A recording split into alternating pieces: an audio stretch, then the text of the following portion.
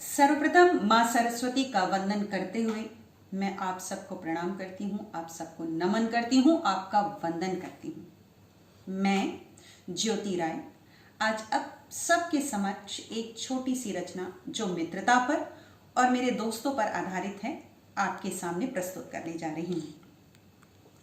हमारा हिंदी साहित्य भी इस विषय से अछूता नहीं। नरोत्तम दास जी ने सुदामा और भगवान श्री कृष्ण की दोस्ती को बखूबी लिखते हुए लिखा है।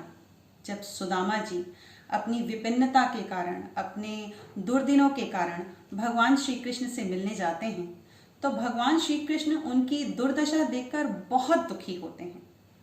क्योंकि सुदामा जी पद यात्रा करके आए थे तो एक परात में पानी भरकर भगवान श्री कृष्ण जी को दिया जाता है ताकि वो सुदामा जी के पैर धो दें और उनकी यात्रा की थकान मिट जाए।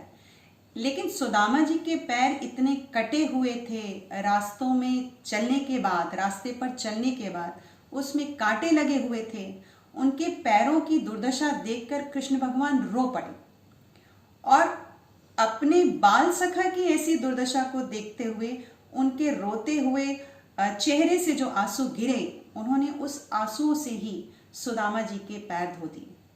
इस घटना को, इस खूबसूरत घटना को देखते हुए नरोत्तम दास जी लिखते हैं कि देखी सुदामा की दीन दशा, यानी सुदामा की ऐसी दुर्दशा देखकर, देखी सुदामा की दीन दशा, करुणा करके करुणा निधि रोए, और पानी परात को हाथ छुओ नहीं, नैनन के जल से पग धोए।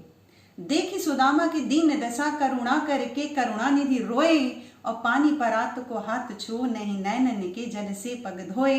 तो ऐसी मित्रता को प्रणाम करती हूँ और आज मेरी ये रचना दोस्तों के नाम। जीवन का दस्तूर यही, जीवन का है दस्तूर यही, किस्मत को भी मंजूर यही, इस दुनिया से क्या यारी है, बिछड़ा सब बारी बारी है। जीवन का है दस्तूर यही, किस्मत को भी मंजूर यही, इस दुनिया से क्या यारी है, बिछड़ा सब बारी बारी है।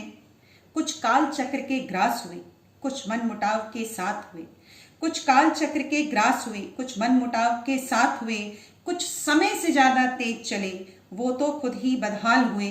जेहन में सवाल ये आता है, जेहन में सवाल ये आता है, यारों से कैसा नाता है, तितली सी उमंग है बातों में, झरनों का शबाब आ जाता है। एतबार हो जिनकी बातों पर, एतबार हो जिनकी बातों पर, हर उम्र रवा की यारी है, बिन सोचे समझे सहमत हो, बातों पर दुनिया आवारी है।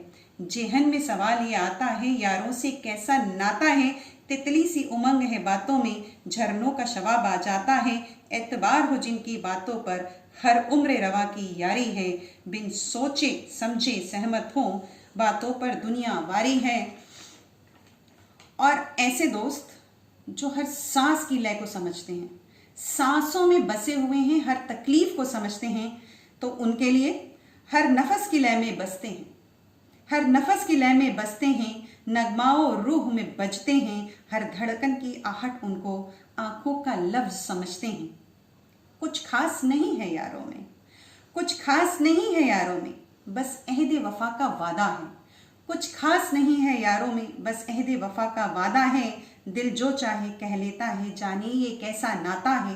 वो नफस की लय में बसते हैं, नगमाओ रूह में बजते हैं, हर धड़कन की आहट उनको आंखों के लफ्ज समझते हैं। कुछ खास नहीं है यारों में, बस अहद वफा का वादा है। दिल जो चाहे कह लेता है, जाने ये कैसा नाता है।